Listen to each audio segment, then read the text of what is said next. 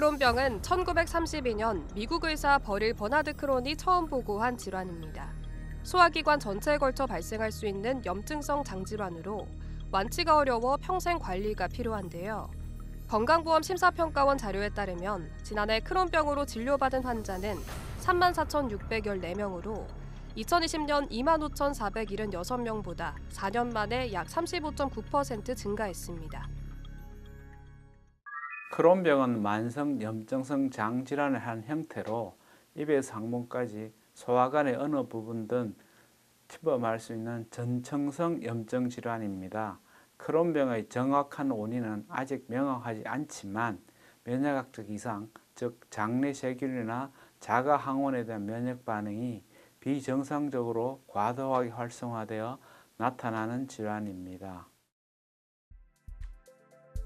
정상적인 면역 체계는 외부 세균이나 바이러스만 공격하지만 크론병 환자의 면역계는 장내 정상 세균이나 음식 성분까지 공격 대상으로 인식합니다. 이로 인해 장 점막의 만성 염증이 지속되고 조직이 손상되는데요. 염증이 반복되면 궤양이 깊어지고 장벽이 두꺼워져 협착이 생기기도 합니다. 일반적으로 대부분의 장염은 바이러스나 박테리아는 감염성 장염입니다. 대개는 급성이고 항생제를 포함한 내과적 치료로 완치가 가능하지만 크론병은 처음에 말씀드린 것처럼 면역체계 이상으로 나타나는 만성적이고 치료가 어려운 질환입니다. 또 크론병은 특징상 면역체계 이상으로 발생하는데 관절이나 눈, 피부 등에도 증상이 나타날 수 있습니다. 크론병은 소화기 어느 부위에서도 발생할 수 있지만 특히 소장 끝부분인 회장과 대장이 잘 침범됩니다. 입부터 항문까지 전 구간에 걸쳐 염증이 생길 수 있기에 구강궤양부터 항문 주변 누공까지 다양한 증상이 나타나는데요. 염증이 깊게 진행되면 장이 좁아지는 협착이나 장과 장이 연결되는 누공이 생길 수 있습니다. 크론병의 정확한 원인은 아직은 밝혀지지 않았습니다. 유전적 요인, 면역학적 이상, 환경적 요인, 장내 미생물 불균형 등이 복합적으로 작용해 나타나는 다인성 질환으로 이해되고 있습니다. 위험 요소로는 가장 중요한 것이 흡연이고 고지방, 고혈당 위주의 서구식 식단, 약제, 스트레스 등이 있습니다. 크론병은 장에 국한되지 않고 면역 반응이 전신에 영향을 미칠 수 있습니다. 눈의 포도막염, 관절염, 피부의 결절 홍반, 구강궤양 등이 대표적인데요.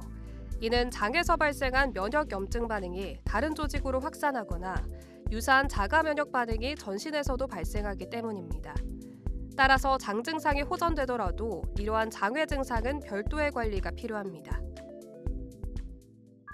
크론병은 초기 증상이 설사와 복통이 제일 중요한 증상이고 크론병이 진행됨에 따라 체중 감소가 나타나는 것이 전형적인 증상입니다. 과민성 대장 증후군과 비슷해 병원을 늦게 찾는 경우가 많습니다. 장기간 복통이나 설사가 지속된다면 조기의 진료가 필요합니다. 일부 크론병 환자의 경우 소화기 증상 없이 항문의 누공이 자주 발생하여 치료 과정에서 진단을 받는 경우도 있습니다. 크론병은 특징적으로 입부터 항문 전 구간에 걸쳐 염증이 생기기 때문에 구강궤양부터 항문 주위의 누공까지 다양한 증상이 나타나는데 염증이 깊게 진행되면 장이 좁아진 협착이나 장과 장이 연결된 누공이 생길 수도 있습니다. 크론병은 초기 증상이 소화불량이나 과민성 대장증후군과 비슷해 병원을 늦게 찾는 경우가 많습니다. 또한 일시적으로 좋아졌다가 재발하는 양상을 보여 단순 장염으로 오인되기도 하는데요. 장기간 복통이나 설사가 지속된다면 조기 진료가 필요합니다. 크론병 진단을 위해서 가장 중요한 검사는 대장 내시경인데요. 내시경으로 염증의 위치와 범위를 확인하고 조직 검사를 통해 확진합니다. 또한 CT나 MRI로 장의 두께, 협착, 누공 여부를 확인할 수 있는데요. 혈액 검사에서는 염증 수치가 상승하고 대변 검사로 칼프로텍틴 수치를 확인하기도 합니다. 크론병의 진료는 완치를 목표로 할 수 없으며 대신 염증 조절, 장 손상 방지, 삶의 질 유지를 목표로 하는 장기적이고 전략적인 관리가 핵심입니다. 목표를 단계적으로 나누어 보면 단기 목표로는 정상의 개선 및 관해를 유도하는 것이고 중기 목표로는 장내 점막의 화학적 염증 감소이며 장기 목표로는 대장 점막의 치유와 점막의 정상화입니다. 마지막으로 최종 목표는 장의 구조적 변형 없이 수술이나 입원하지 않는 상태를 지속적으로 유지하는 것입니다. 염증이 심한 시기에는 자극적인 음식, 고지방 식단, 유제품, 알코올을 피해야 합니다. 대신 부드럽고 소화가 잘 되는 음식 위주로 섭취하며 식사는 소량씩 나누어 규칙적으로 하는 것이 좋은데요. 증상이 안정적으로 관리되는 시기에는 영양 균형을 유지하면서 장내 환경을 안정시키는 식습관이 중요합니다. 크론병의 치료 약제는 항염증제와 면역억제제가 가장 중요한 약제이고 최근 치료 옵션이 다양해지면서 환자의 질병 상태, 약제의 반응 여부, 부작용의 위험성, 생활 패턴 등을 종합적으로 고려한 맞춤형 치료 전략이 가능해졌습니다. 환자들이 궁금해하시는 것 중 가장 중요한 것이 생활 습관인데 그 중에 가장 중요한 것이 금연입니다. 음식의 섭취는 염증이 심한 시기에는 자극적인 음식이나 고지방 식단, 유제품, 알코올을 꼭 피하셔야 합니다. 대신 부드럽고 소화가 잘 된 음식 위주로 섭취하며 식사는 소량으로 나누어 규칙적으로 하시는 것이 좋겠습니다. 아무리 좋은 치료라도 조기 진단이 훨씬 중요하기 때문에 조기에 진단받고 적절히 치료를 시작하는 것이 제일 중요한 치료의 방법입니다. 치료 옵션이 다양해지면서 환자의 질병 상태, 약제 반응 여부, 부작용 위험, 생활 습관 등을 종합적으로 고려한 맞춤형 치료 전략이 가능해졌습니다. 치료의 발전은 단순히 염증을 억제하는 수준을 넘어 합병증을 예방하고 환자들의 삶의 질을 실질적으로 개선하는 데 큰 도움을 주고 있는데요. 무엇보다 중요한 것은 조기에 진단을 받고 적절한 치료를 시작하는 것입니다.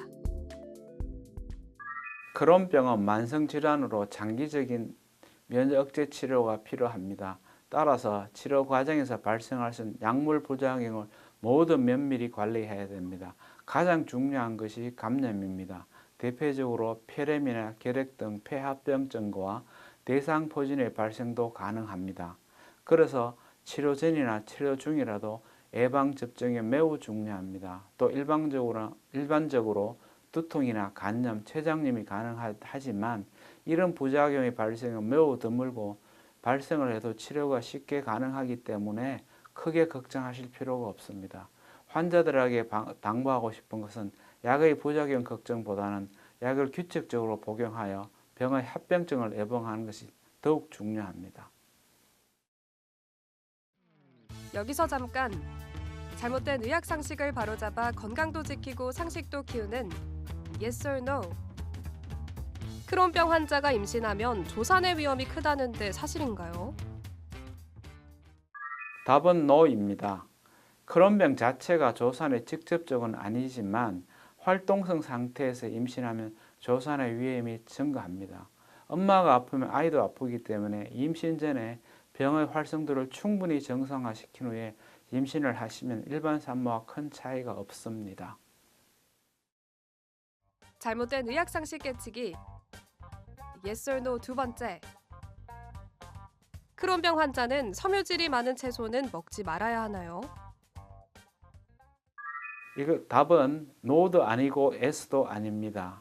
그 상황에 따라 각각 적용을 하셔야 되는데 크론병 환자에서 식이요법은 약물 치료와 함께 매우 중요한 관리 요소입니다. 특히 섬유질이 많은 채소를 먹어도 되는가라는 환자들이 질문을 많이 하시는데 결론적으로 말씀드리면 활동기에는 섬유질 섭취를 제한하지만 관액이 즉 증상이 없을 때에는 대부분의 환자들에게 적당한 섬유질 섭취가 오히려 도움이 됩니다.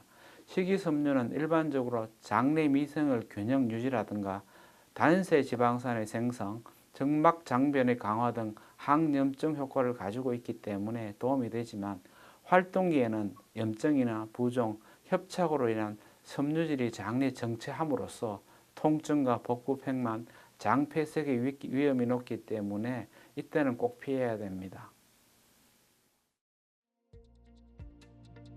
개인차는 있지만 크론병은 꾸준히 치료받으면 충분히 정상적인 생활이 가능합니다.